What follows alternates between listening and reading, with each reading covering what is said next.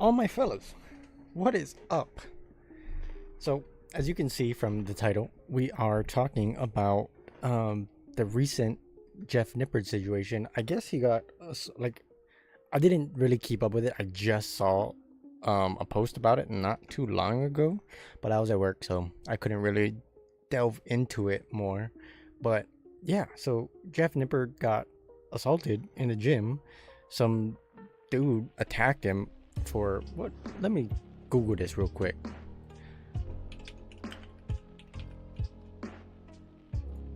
Let's see what's going on. Let's find a Drake's ex bodyguard. What?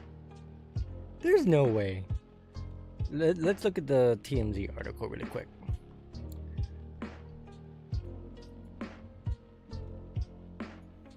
So, bodybuilder Jeff Nippard attacked by fitness guru Mike Van Wyck. Von Wyck? Another fitness guru recording a workout session. So, I guess this guy was making a video and attacked him.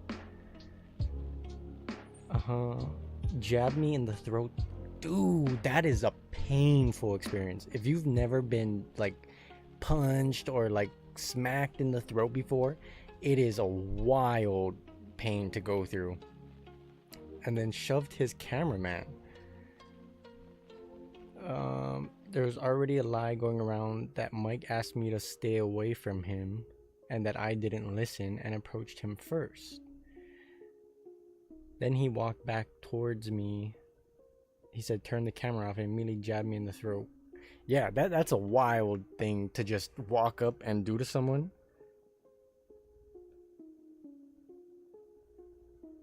Like, so I used to be in Taekwondo, and I was a 3rd degree black belt. And so we also learned Hapkido on the side. So our 2 instructors, one taught Taekwondo, one taught Hapkido. And so we learned both martial arts. We didn't super learn a lot of Hapkido when I was doing Taekwondo, but he taught us a lot of self-defense. And the throat is one of the most common areas that you're just constantly like aiming for. It's gonna disable someone really quickly.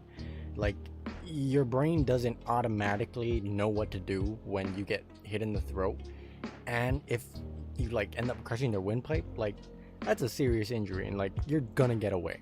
So I know, just because like we had to like smack ourselves in the throat just to like see what the pain was like, and then like when you kind of got a gauge of like how hard you need to hit in order for it to like do some damage, like some people threw up, like it was a whole thing.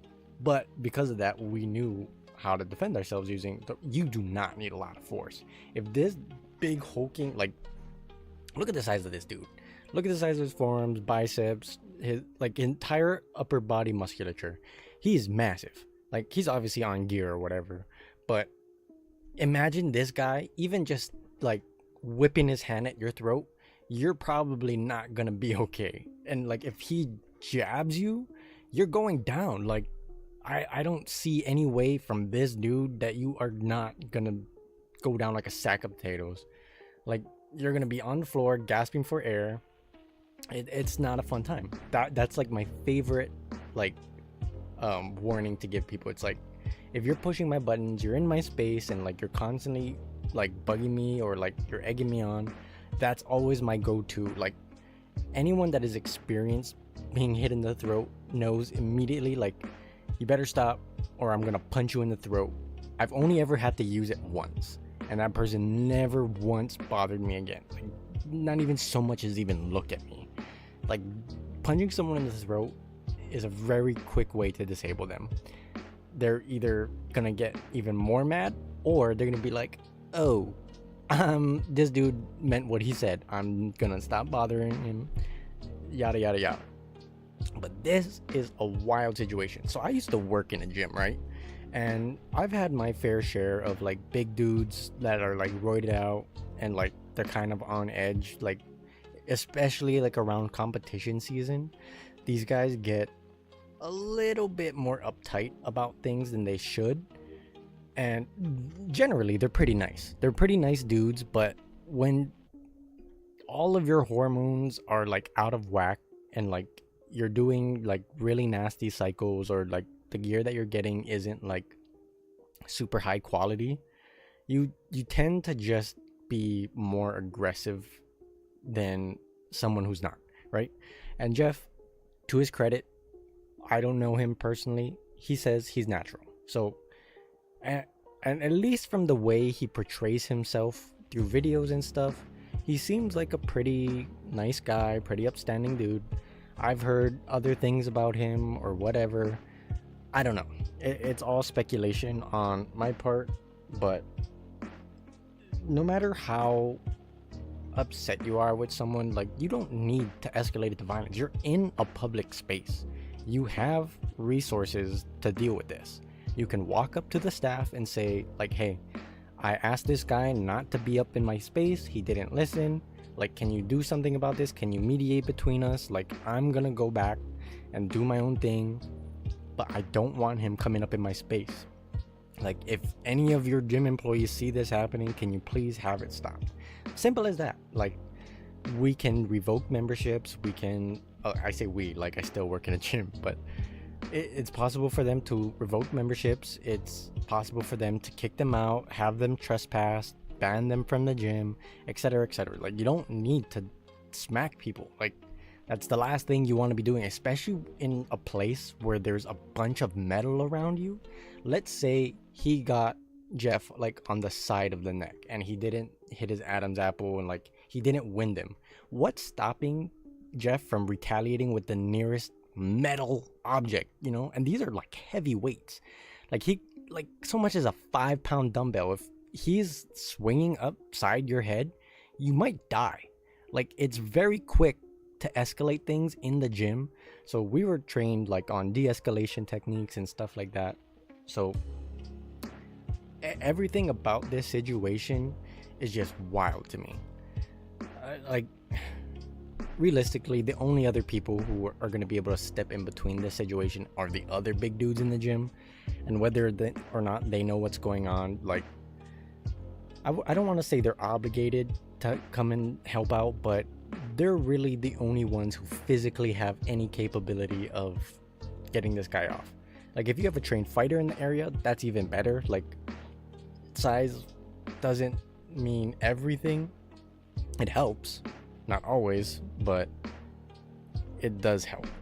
So I just wanted to cover that really quick because that is crazy to me. And I've used Jeff's workout programs before. I used his fundamentals and hypertrophy program. It comes with like 3 different sets of workouts. You can do full body, upper lower, and then push pull legs.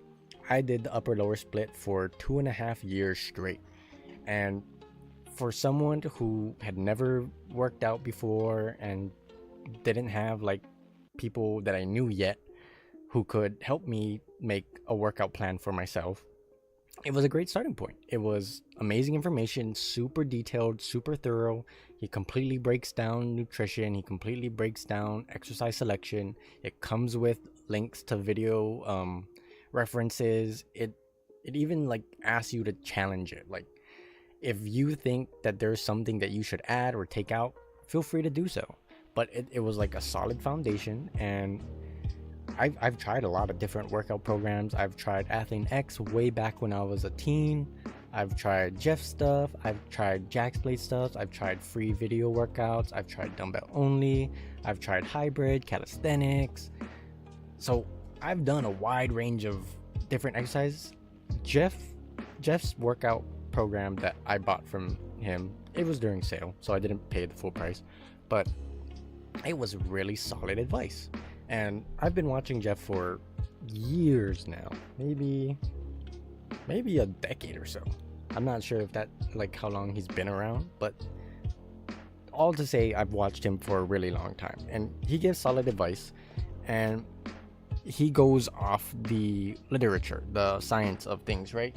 And sometimes that science gets disproven. Sometimes it's not always like the most up-to-date thing, but usually when stuff like that happens, or if he's asked about it, or like he finds a new study on it, he'll usually disclose that information. He doesn't like let you keep believing like, oh, this thing is useless now, it doesn't matter anymore. But yeah, there's just so much drama going so much drama going on online right now. It is, I mean, it's the internet. There's drama every day happening online. And like, I also just seen the young Philly situation going on. That's also another wild situation. Like, I just saw the one about the terminally ill kid Mason, and how he had, or Philly promised him he was gonna be playing Fortnite with him. And like, you know, that's not a hard thing to do, right? How do you spell his name? Young Philly.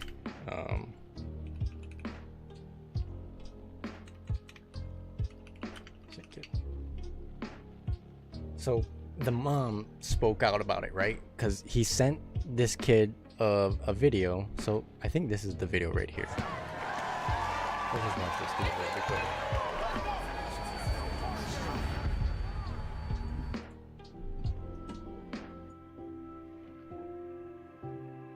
So I guess he why don't we just watch?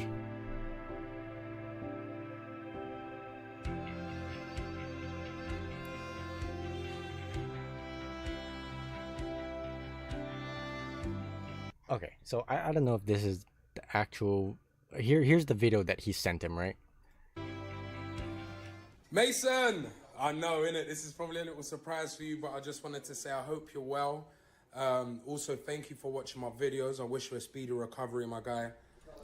First of all, that is a wild thing to say to someone who's terminally ill. He knows he's gonna die. And to wish him a speedy recovery, oh my God. Tough times never last. God willing, you're going to be okay sooner rather than later. Yeah, and I just wanted to give you my support and tell you that I love you and I'm here for you. And yeah, I hope all is well, my guy. Yeah, unfortunate what's happening with you, but like I say, my brother, try to stay positive the best you can. And when you're up for it, let me know and I'll whoop your ass at Fortnite. That last part, I hope you're well. I hope everything is good for you right now. Let me know when you want to play Fortnite and we'll play. That's all he needed to say. All that stuff in the beginning, crazy. I don't know why he said any of that. Like, that was just out of pocket thing to say, right? Mason! And so he sees the video. Surprise for you, but I just wanted to say I hope you're well. Also, thank you for. Be quiet for once. Tough times never last. God willing, you're going to be okay sooner rather than later. Yeah, and I just wanted to give you my support and tell you that I love you and I'm here for you. And yeah, I hope all is well, my guy. Yeah, unfortunate what's happening with you, but like I say, my brother, try to stay positive the best you can. And when you're up for it, let me know and I'll whoop your ass at Fortnite. Look how excited this kid is.